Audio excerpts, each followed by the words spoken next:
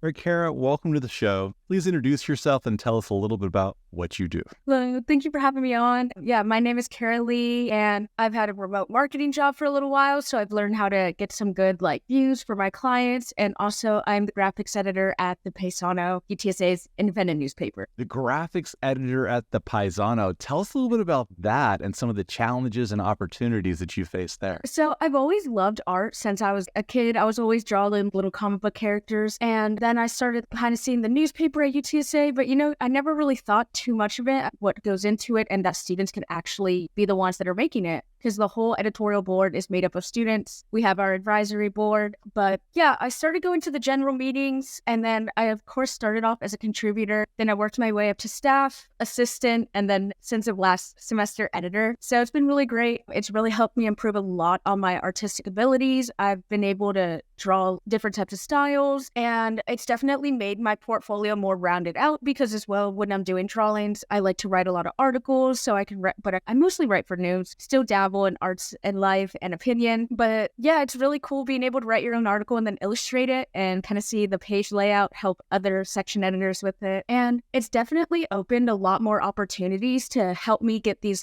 remote marketing jobs that I was able to, because it's put a lot on my resume, but it's also gained a lot of credibility, but also just meaningful work, at least to me personally. One of my good friends, Zeke, he's writing a comic book. He's a self-published author and it's nonfiction and it's really cool. And he wanted me to illustrate his comic books for it, and which is my designated style. So of course I absolutely had to say yes. But at the Paisano, it's been really great. It's definitely opened a lot of doors and gave me a lot of experience with working with different types of people, but also just in the field of journalism and reporting. And I just really love it. I think it's great. So for listeners who might not know, the University of Texas at San Antonio has a newspaper called the Paisano, and the Paisano is a great place, not only for students to get the experience that could help them get other jobs, but also to create a network, right? Can you talk a little bit about the other professional benefits of working for student newspapers? So with the Paisano, you're able to get some really cool interviews. Last semester, I got an interview with CEO of CPS Energy, Rudy Garza. So it's definitely helped me with gaining a lot of connections. Even at some of the football games, I'll go up to the suites and I'll be talking to some of the people at UTSA and SAWS, Talk Strategy, KGB, all those marketing firms. It's definitely really helped me put myself out there and just people be able to know what my name is and also just establish some credibility. So I definitely love all the opportunities and just all the different types of people and network that you're able to, gain through it, especially if you want, especially writing for news. It's great to get some cool interviews, whether if it's people from UTSA or outside sources. It's still great to expand your network. It is not just the network at the Paisano with the other reporters and the other staff. It's the network that you're getting from doing these kinds of interviews with other people in the community, kind of like a podcast, right? Yeah. So anytime you're able to get those kinds of face-to-face interactions or even online interactions with people who might be able to help you in the future, that helps build your professional network beyond just that of the students that you're working with, right? Yeah, it's a great opportunity, and especially it's helped me get the marketing job that I do have. Of course, it's remote, so that also leaves a lot of really cool opportunities because I get to work with people that are not just, solely based in the place that I live. I got to work with one of my clients, Talia. She was based in Costa Rica, and I ran all of her different social media platforms, and we're kind of testing, because this is the first client I ever worked with. So there was a lot of trial and error, and especially this was her first time working with a marketing firm. And the small newspaper let you wear different hats, which then allowed you to explore different job opportunities, which then led you to your first client. Tell us more about that first client and how you were able to help grow their social media. So Talia, she had a few thousand followers already beginning before this, but she reached out to my bosses and it was really cool. I was her social media manager and I was posting on TikTok, Instagram, and then Facebook. But there's a cool feature with TikTok that you can also post it to other apps as well as you post that. So that really helped with Facebook, but I know our main focus was Reels and TikToks. But what I would do is we would kind of keep up with some trending audios and just trending videos and just kind of see how we can morph that into what would be great for her audience. So it could be trends that people were doing at the time, but she was really big with, she had an autoimmune disease and she was saying how what helped her, things that she was going through, whether if it was inflammation, things like that. And like what helped her, what the symptoms, that was the word I was looking for. It was pretty great to see what content she already had and how we could keep up with these like audios and these trends. And especially those were things that were like, and even if it was small things, we figured out that of course smaller videos work best because we looked at like the TikTok analytics and you could see that those shorter videos are the ones that probably do best because they're easier to loop and people just don't want to be like watching like a video that's like 1:30 long on TikTok. That's something that's kind of closer to Vine with those 6-second videos. So what we would do was making sure just to keep those videos short, and even if it was just from the camera angle, just something small was like a good audio, those were the ones that were getting like 2 views. And we found that like also posting consistently 3 times a day for TikTok, 2 for Instagram, but just making sure keeping an eye when those when her audience members, at least for her personal account, were up and engaged and were like liking her stuff. So that's where we first started off, and it was going pretty well. So yeah. One of the things you said was posting 3 times a day, and this was a wellness niche. So what other things other than posting 3 times a day and making sure that your videos were short, 10 to 20 seconds, short form video content, which has boomed recently. What other advice do you have for growing accounts on shorts and reels and TikToks? So for TikTok, it's easier to gain attraction, at least I found personally, but we always wanted to make sure that, let's say someone wanted to go on her Instagram from TikTok, we made sure those, like, not just the reels, we wanted like actual like carousel posts, the ones you can swipe through. So we wanted to make sure that those were also just visually appealing, whether if it was like using a good color gradient. And that's where my experience with like graphic artists and just being an artist in general really came, because that's where I was especially able to be really creative. But we made sure like to do some really engaging carousels that had just a little bit of info, not too much, you know, like people don't like to read paragraphs on Instagram on actual physical posts. It's fine if it's in the caption, but we made sure to have those like quick little swiping ones and that it also like just matched. So we did a lot of like brighter colors just because we found that that kind of like matched her tone or her like vibe. We also made sure with hashtags, we were doing ones that people were more like clicking on and just more engaged, ones that had more posts or the posts that just happened to have those hashtags that were doing, you know, better than other ones. But with TikTok, it was posting consistently because there's some that like, there was some videos that like didn't get the most amount of views, but like with the more consistent, like the more likely, just statistically, you're able to end up on those For You pages. Or we also did a lot of looping audios, and the videos that we did, it would like come full circle, so you would never know when the video actually ended and when it started. And I mean, it's pretty cool. It looks like kind of visually appealing when you don't know when the video ends and starts, but also it's easy for it to loop so people don't realize they're watching it a lot of times, which are getting us a lot of views and just getting her account more engagement, which then TikTok is more likely to put her stuff on the For You page. So it's just doing like some of those like things that are either like really visually appealing, even just like with those like little like trending audios, just like those small things, but they really contribute to the bigger picture and are able to put you on the For You page. So the art direction, the copywriting, the inspiration, it all turned out great for you. What are some key ingredients for a successful post? So I would say consistency, making sure to get those posts. It's fine if you forget a few, but make sure to keep on posting like 3 times a day. And even with on Instagram, making sure those posts look very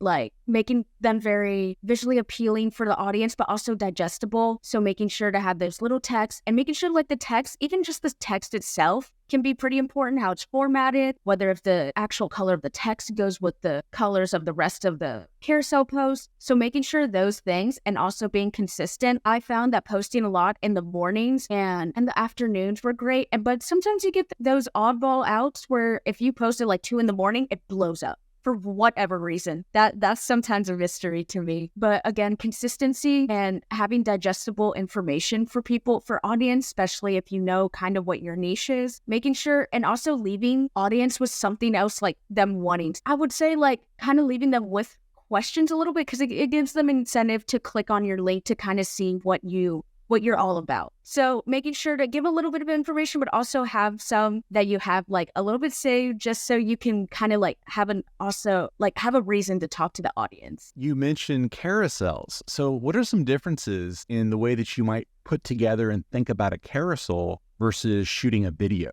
What are some things that maybe work for both kinds of formats and maybe only work for one or the other? For carousel, it's good to get inspiration from both types of posts. So you can make a carousel that's kind of like the TikTok that you just posted that has some of the information, but having it as stated as like different facts as like, did you know that this? And then it has post like fact 1, fact 2, fact 3 on each carousel post, and having a little citation about where we got that. And it's just linking some credibility to it. That's where we would kind of get inspiration from both sides, whether if we saw like a really good Instagram post that would make a great video, or a great video that has some bullet points that would make an amazing carousel post. So it's kind of lining them up with each other. I mean, we do that even at the Paisano. For our front page, we will try to have our editorial kind of match it. And same with an Arts and Life, their front page or opinion, having something that matches it and kind of has it all come together. So it's not so much so, where's this post coming from? What inspired this? We want to make sure that these different platforms still have a lot of strings going in and out of each other so it can connect pretty well. So you're saying that the newspaper can inform your social media managing job, which I think a lot of people might say, wait a second, these are two really different mediums. Print can help you with digital communication. Let's talk more about the things that connect. Let's talk more about the skills that connect from an editorial job at a newspaper to a successful social media manager. I think there's a lot of commonalities with my job at the Paisano. I have a whole team. I have my graphic artists. They're amazing. They help me so much. I literally owe so much to them. But it definitely puts a lot of responsibility on the editor because you are having to make sure to give out pitches. It puts a lot of pressure on the editors, but that's a pressure that I'm used to now, for at least that helped me for social media, because I'm used to deadlines already. I'm used to having to push my creative liberty a lot and make sure to push myself to put out some of the best content I can, especially for my illustrations. If they're in the print, I want them to be good. If they're online, I want them to be good. Same with my articles. It pushes my writing a lot, but it's really helped me with a lot of teamwork. So I know when to ask for help. I know how to take some ideas from others, because if I'm blanking on a pitch or I'm thinking, I have no idea what I'm going to draw, I'm not afraid to reach out to the section editors, seeing if there's any ideas that they have in mind. So having just those like attributes really help with social media, because I'm used to those harsh deadlines. I'm used to working with different clients, different people in general, and also working in a different workforce. So all those things really did contribute to why I was able to do the job. Yeah, all those things from the Paisano, I feel like really built me up to be able to go to the actual workforce in communication, especially in the field. And marketing is a very, really competitive field. So that's why I can't recommend it enough, that if anyone does want to get into marketing or even just start any job in the communication fields, go to your newspaper. If you're in college, it really helps you. You are able to strengthen your writing skills. I am not the same writer as I was when I first went. I've heavily improved my articles. I know how to be more concise, at least for writing with news, and objective, but I also know how to tie in my opinions from writing opinion pieces. So it's really great. And Arts and Life helped me with my creative writing, because that's something I've always struggled with. I love being objective, but sometimes creative writing, I can draw all day long, but creative writing, I sometimes just blank, and that's fine. But that's where that section really helped me. But yeah, all these things really contributed to why I was able to do this job, and what kind of clicked with my brain and social media, what worked and what didn't work for different clients. It kind of puts you in a different mindset, and something that some people don't have the experience. But again, being at the Paisano helped me get that experience. So that's the biggest advice I have, is to join your newspaper. You can join their social media team. I'm sure they have graphics, photos, any articles. So it's really a great way to kind of get that experience, build some credibility, but also build that network that you're able to get these really cool marketing jobs, this remote job, things like that. It's a great way. I love how you're connecting that experience with news and editorial and graphics and art with your social media experience. Did it help you work with clients too? Did it help you to get clients? What are some of those connections that you can make that would help people who are trying to get clients as a social media manager? So for me, I got that through my boss, Thomas. He's great. And he's the one that because he was the boss of everything. So he was the one that helped me get this client because she was newer to working with marketing firms, and so was I. So that's why he thought it would be a great fit, because we were both learning together, which I do think it was. I think it was objectively a pretty good idea. It made us be more open with each other and just able to, like, she could tell me honestly if she did not like this post or she wanted something different, because I was like a sponge. I was wanting to take up any information. I really like any feedback, any criticism, I'm completely okay with. So that really helped me. Because, yeah, I was just able to, like, figure out what she truly wants. Because I don't want to waste her time. She doesn't want to waste my time. So we were able to communicate a lot honestly. But meeting Thomas,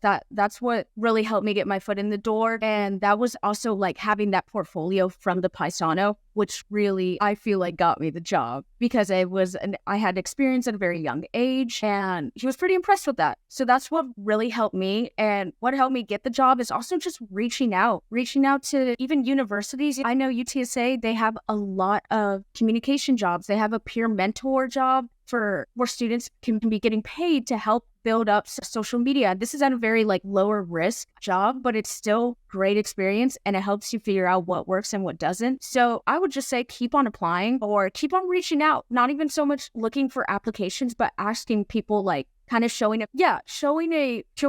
interest in the actual job field. And I feel like reaching out does that, because it also builds that personal connection. LinkedIn is also a great way, because I've been really trying to get my LinkedIn, but it does build a lot of great connections, and you get to also put a little bit of your portfolio on there. So it's definitely something for future employers to see or future colleagues to see. But yeah. When I'm interviewing public relations pros and social media managers, it's often the case that their clients see a great deal of success while their own accounts, they're not spending as much time on them because they're getting paid to help their clients grow. Can you talk a little bit about what you've done for your own social media that has worked to help you to set yourself apart as an expert? Because you've grown these social media accounts in ways that maybe more seasoned social media managers couldn't. Well, I focused mine, at least expertise for social media, on LinkedIn, just because for me, that personally works more for the work environment that I want to do. That's where I put a lot of my time. On my personal Instagram, I mean, I have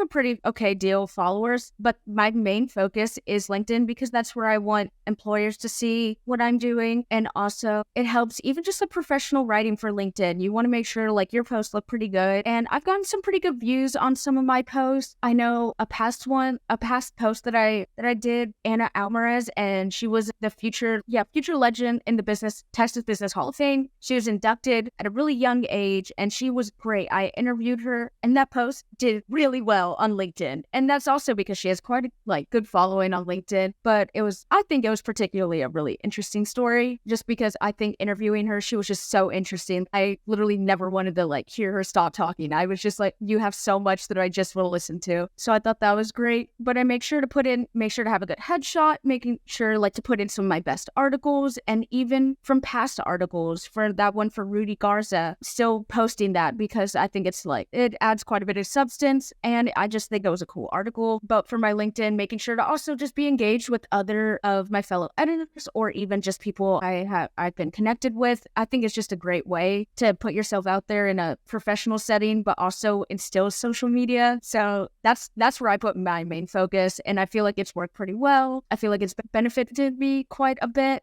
Do you have any advice for what people should put in their portfolios? Obviously, things that get a lot of attention, you probably want to put that in your portfolio, but what are the other things that you look for in content to be a portfolio piece? So even if it doesn't pertain to social media, what I would recommend is any final projects from, let's say, a course that you're able to. I'm taking PR classes. So one of my posts was going to be one of the portfolios that I did for that classes and how that can pertain to the actual workforce. So that's where I could link that one, and then I could write a little paragraph about what this meant to me, what this can help for the future. And I think that's a great way, especially with some people that don't have experience but are also still wanting to build up that, let's say LinkedIn. I think that's a great way to put some projects that you did in classes that were very meaningful and could be applied to the workforce. And I was going to even do that with one of my old coding projects, because I was a computer science major before I switched over. So I knew a lot about coding. I still know a few different languages, and I've definitely coded some really cool programs. I've definitely coded some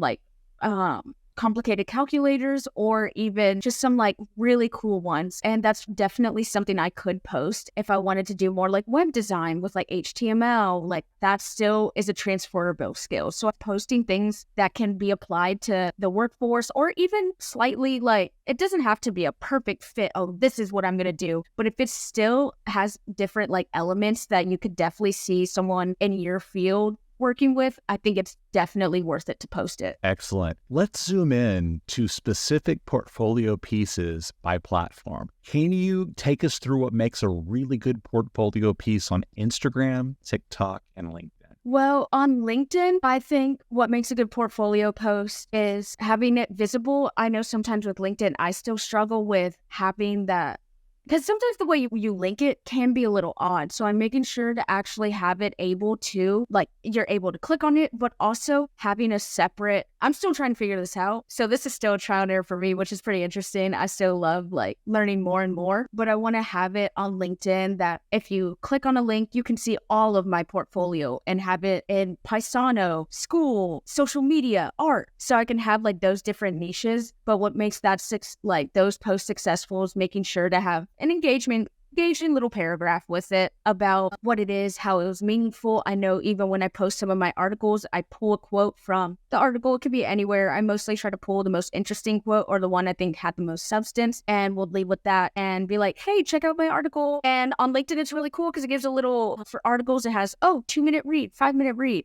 which I think is great for people because sometimes people don't know how long the articles are. So I think that's a great little tool that it has. But I also think it's like, it's not that long. What's 2 minutes? But I'm still working with LinkedIn and still building my own personal portfolio to be able that you can see all my articles, my graphics, even personal art for freelance, and what my social media experiences look like. So I think just things like that, it definitely helps contribute to the larger picture of what you want like your whole portfolio to be like as like a professional going into force. That's what makes a great post. What makes a post just blow up? Because obviously those posts that are most successful, you're going to want to put in your portfolio. Absolutely. Absolutely. So again, those carousel ones, making sure all those elements are very visual, very appealing. I think color really helps things pop, whether if it's contrasting colors, anything like that. Having some cool, I want to say with text, making sure it's not too much, making sure it's centered, and those hashtags, finding what works for those accounts. So for Talia, it would be autoimmune, like hashtags like the autoimmune disease, even though we would put the hashtags on some of the different ones, and mental health, just some of those like high ones, but also some of those niche ones. I'm trying to remember, I can't think off the top of my head, but I know we definitely had a lot of hashtags just saved in my notes. So we could just copy and paste those ones and then tailor it to the designated post. But what makes especially like it like just blow up on Instagram are those carousel ones, because people tend to stay on them longer, which gives more attraction towards the actual profile, because Instagram sees that if you're looking at this post for a while, you're okay, like we should definitely recommend it. We should definitely recommend it to other people. Those things that kind of keep people staying, at least on Instagram. It can have like not that many words on there, but if you're able to swipe through it and see some really cool photos or just like some really cool facts that you didn't know before, and then having the actual caption have more about like said facts a little bit in the actual post. And then of course, like putting, if you want to know more, don't be afraid to like hesitate to reach out, and just making it very inviting for like a client, for let's say potentially Talia, having that client be able to feel welcomed or not shunned off, just feel like, okay, I could definitely reach out to her without having to worry about anything. Just making it very, very like friendly to audience really makes them blow up. It makes people stay longer. And that's at least what I found it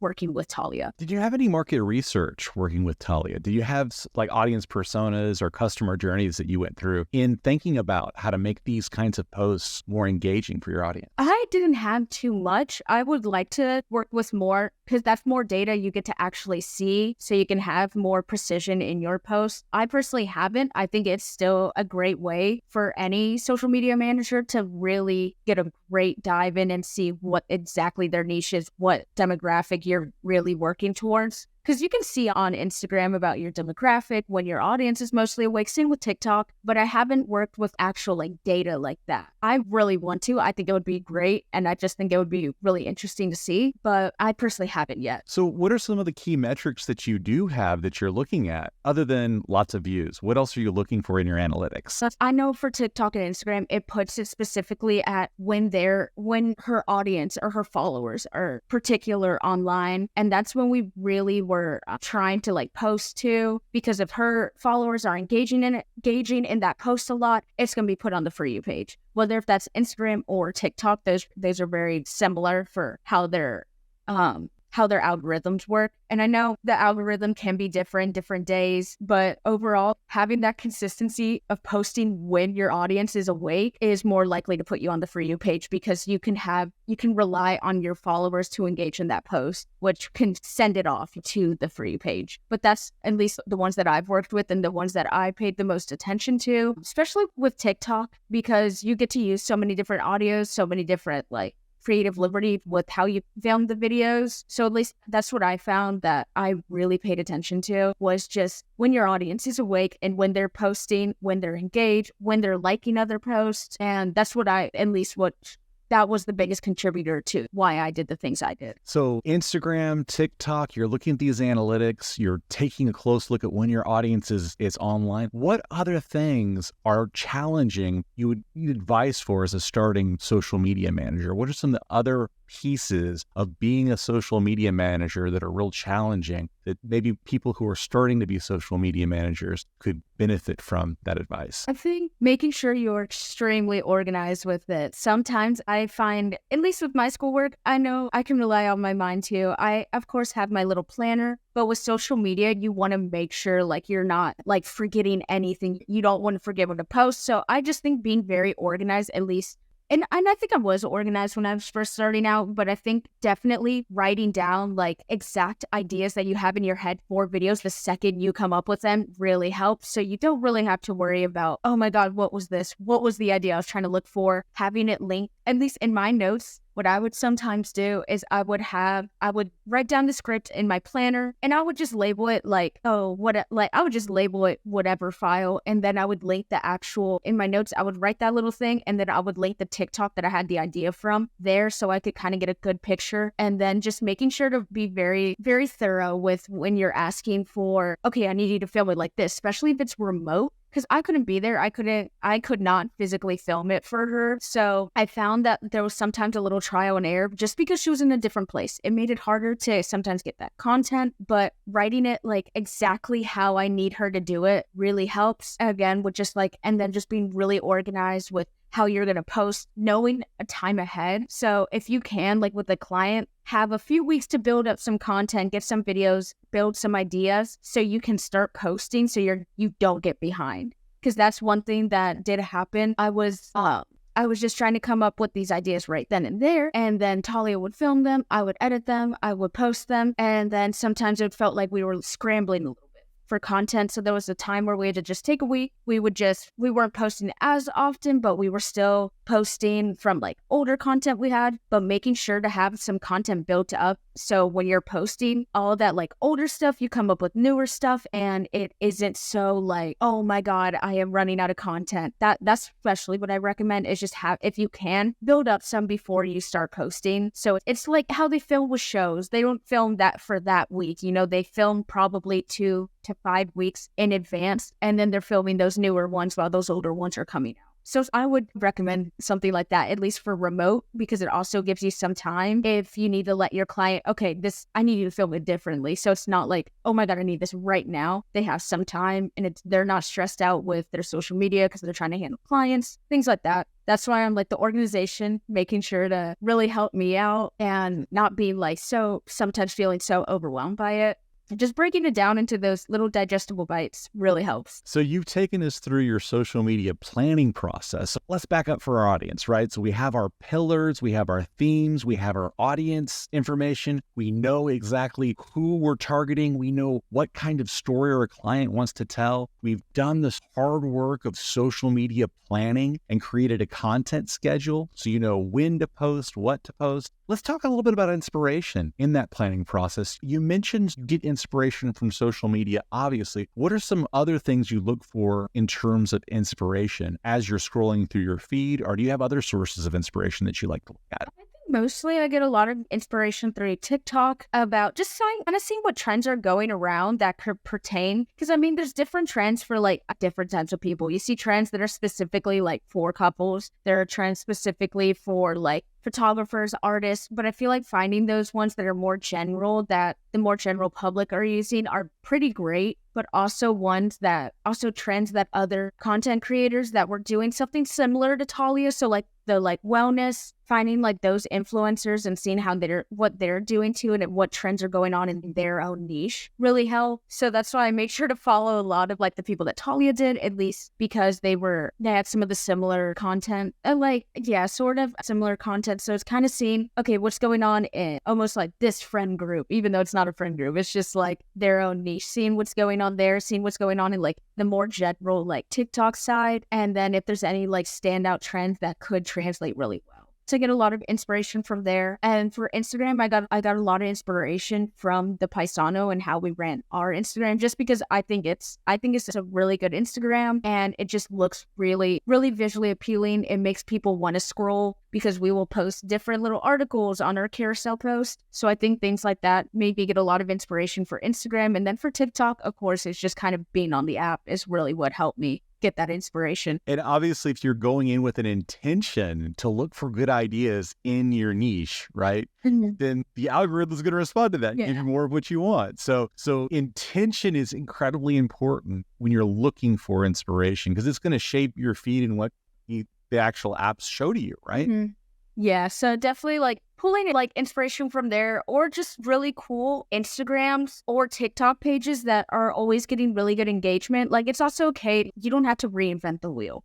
Like you can still take in like inspiration from other people and see what's worked and what hasn't worked for them, or just seeing like how cool their Instagram layout is. Like that's also okay to like get inspiration from there. And that's what I do. Because I mean, I have my own personal art Instagram and I see a lot of other cool artists and how they have theirs and how they even just take photos of their artwork, which is like, oh my God, like I didn't even think about like, okay, I had put so much of my like effort into like the actual artwork. It really matters how you present it. So yeah, like taking those things into consideration. Because again, you can have great content, but sometimes if it's not presented the best way, it kind of flops.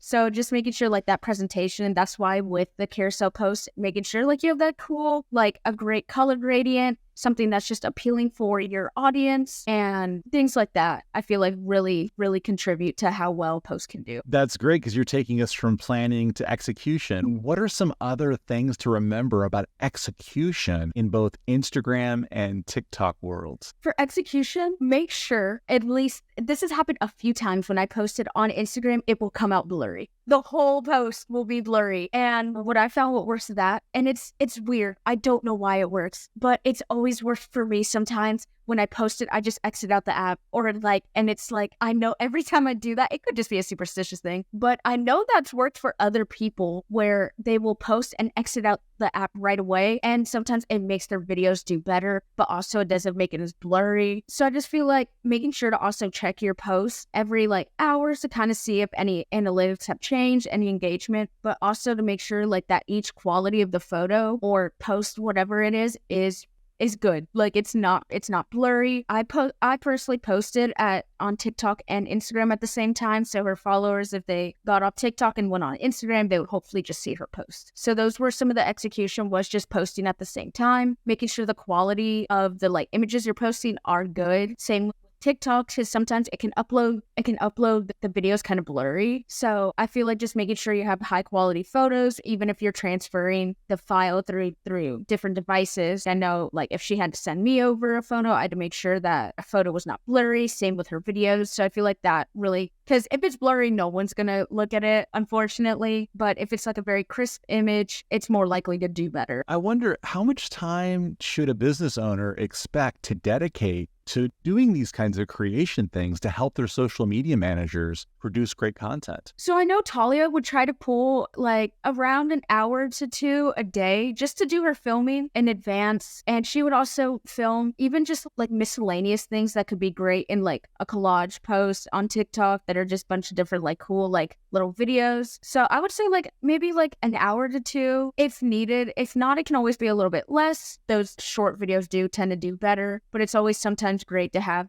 a lot more content for you to pick through and see what's going to work well. So I would say like around like an hour to two if possible. If not, like an hour should be great. But yeah, that's at least like what worked for me and Talia. That's great. And still on this production execution frameworks, what are some of the biggest challenges or coaching advice that you were giving to your clients? So I know clients maybe shoot videos and they're not always perfect. What kind of advice do you give for their shooting of videos or shooting of photography that you found the most helpful? I would tell her like the actual like angle that I need. Because we would sometimes just hop on a video call and then I would tell her if it was like the camera was like this, but I needed it at an angle looking at her like that, I would tell her just so she didn't have to waste her time redoing it. So that's why we made sure to communicate that if she needed a different type of video, just to let her know, or if it was at a different angle, or let's say I just didn't like the way it looked too much, I can tell her where she needed to add more exaggeration or something, because there's some videos, or if the lighting's bad, I just got to make sure to tell her that like as soon as I see it, just so it's easier for her to fix and she can do it in a more timely manner. So it's just like being very descriptive exactly with what you need, with what angle, with lighting, because that helps them too, so they can just know exactly where they need it, so it's not having to like reshoot this thing 5 times. But yeah, that's what worked pretty well. We have our executions. We did a great job with production. Now we're looking at our analytics for what worked and what didn't. What have you seen in your analytics that keys you to what worked and what didn't, outside of views, of course? Not just with like views, likes were a big thing too, but seeing if people actually favorited the video, saved it on Instagram, or sent it to another person, and then played around with some of the content, like if that post obviously got sent or saved for a reason. So pulling some of that content and using it in a future one, seeing if it was one key little fact, if that's what worked, or if it was a different one. So it's kind of like narrowing things down like that.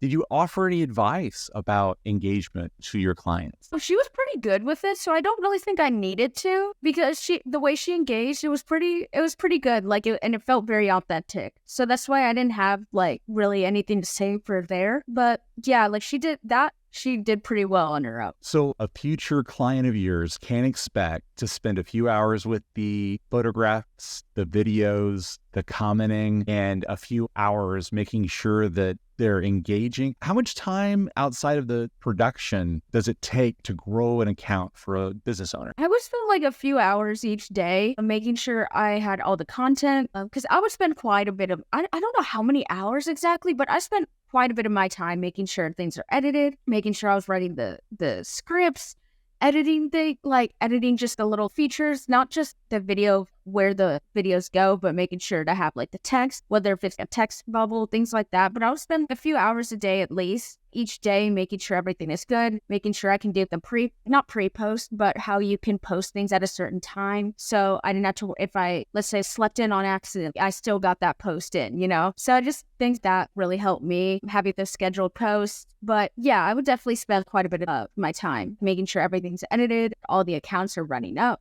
I'm checking comments to see if anything that I make sure to tell Talia, even though she was pretty good with checking them and I didn't really need to be on her about, make sure to engage with this person. But yeah, making sure your client, or even if you're doing it, just making sure that they're engaging with those audience was pretty important.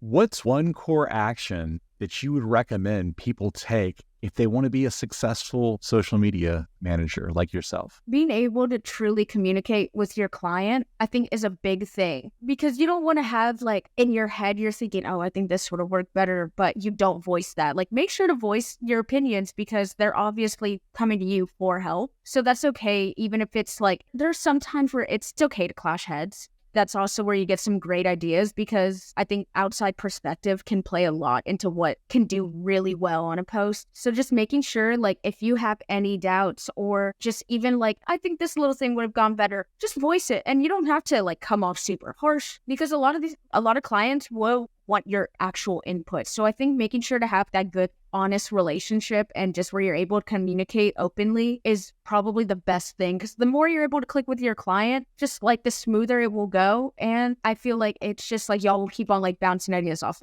each other's heads, which I think is probably like one of the biggest things, because there's now two people coming up with these like really cool ideas. So authenticity is key. What are some ingredients of authenticity for those who are working to build their own personal brands? Because I know that sometimes people can be intimidated when talking to camera like we're doing now. Practice. I think it's definitely a skill that is learned over time, because sometimes it's hard to know what to say, but that's where like the more content you don't even have to post all of it. That's why like I was saying, like even with like Talia, like even if she was just filming like way more than than I needed for the video, it helps you get more comfortable. So even if you're just filming yourself, even it doesn't have to be posted or anything, but just showing like kind of getting comfortable in front of a camera, I think is a really great way to start. Like, okay, I can ease into this a lot smoother than like I'm gonna post the first thing I ever film. So I think that definitely helps you become more comfortable in a camera, because it's also, unless your personality come through, because you're not so, oh my god, there's a camera right there. Even just like smaller things, get ready with me, or just filming something you're doing. I know even for the Paisano, if any of the staff or editors are going to any events, we always encourage them to film it so we can make a cool Instagram post or reel or TikTok post about it. So that's just like, those are even like small things. You don't necessarily have to talk too much, but just getting comfortable with filming yourself, doing like, oh, a little get ready with me, or come to a concert with me.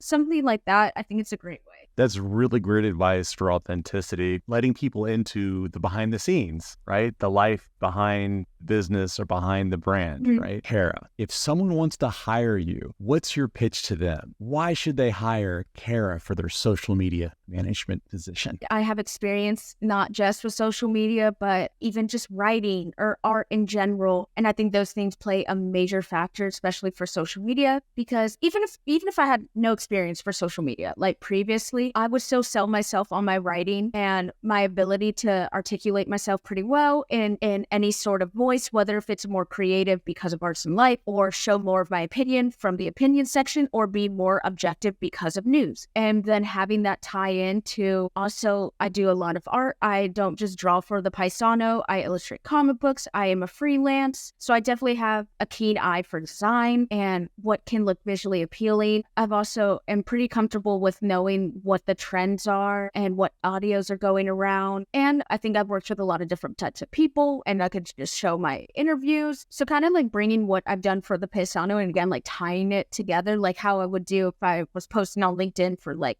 a portfolio from a class. It's just like tying that into like how this can be transferable skills to social media. So I would really sell myself on that. I'm able to articulate myself. I can copy edit. I can draw, because I've helped with page layouts before for InDesign. So things like that, just having my skills and making sure to strengthen them. Awesome. Where can people find you online? And be sure to spell it out for our audience that is listening. So I prefer my LinkedIn, which is just Kara Lee, Kara, and then Lee. I have my headshot up there, and I have that I'm a student at UTSA and a graphic editor at the Paisano. So I prefer my LinkedIn just because that's where I've been really putting in more of my effort, even though like I have my personal Instagram, but I mean, it's nothing too special. So that's why I prefer my LinkedIn, because I just feel like that's where I've been really putting my all. But yeah, you can just search my name and I will definitely pop up. So search for Kara Lee on LinkedIn to connect with her. Kara, thank you so much for joining us. We appreciate you sharing your wisdom and time about social media with our audience. Thank you so much for having me. I was really excited. It's definitely an honor. And yeah, I definitely hope some people can benefit from it. Awesome.